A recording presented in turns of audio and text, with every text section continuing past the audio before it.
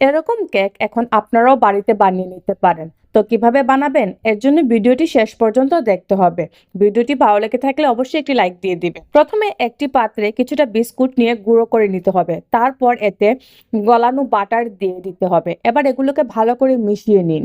হয়ে গেলে এগুলোকে আলাদা একটি পাত্রে এরকম করে নামিয়ে রাখুন, ঠিক যেভাবে ভিডিওতে দেখানো হচ্ছে। তারপর কিছুটা ডার্ক চকলেট ডাবল বয়লারে নিয়ে তাতে 100 গ্রাম ক্রিম দিয়ে ভালো করে মিশিয়ে নিন যতক্ষণ না পর্যন্ত এরকম হয়ে যায়। এর উপর দিয়ে 20 গ্রাম বাটার দিয়ে ভালোভাবে মিশিয়ে নিন।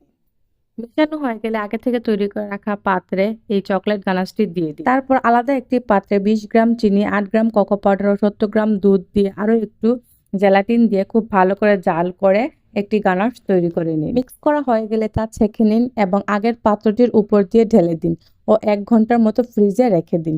এই তো আপনার কেকটি একদম রেডি। এরকম ভিডিও পেতে হলে অবশ্যই আমার চ্যানেলটি সাবস্ক্রাইব করে রাখুন।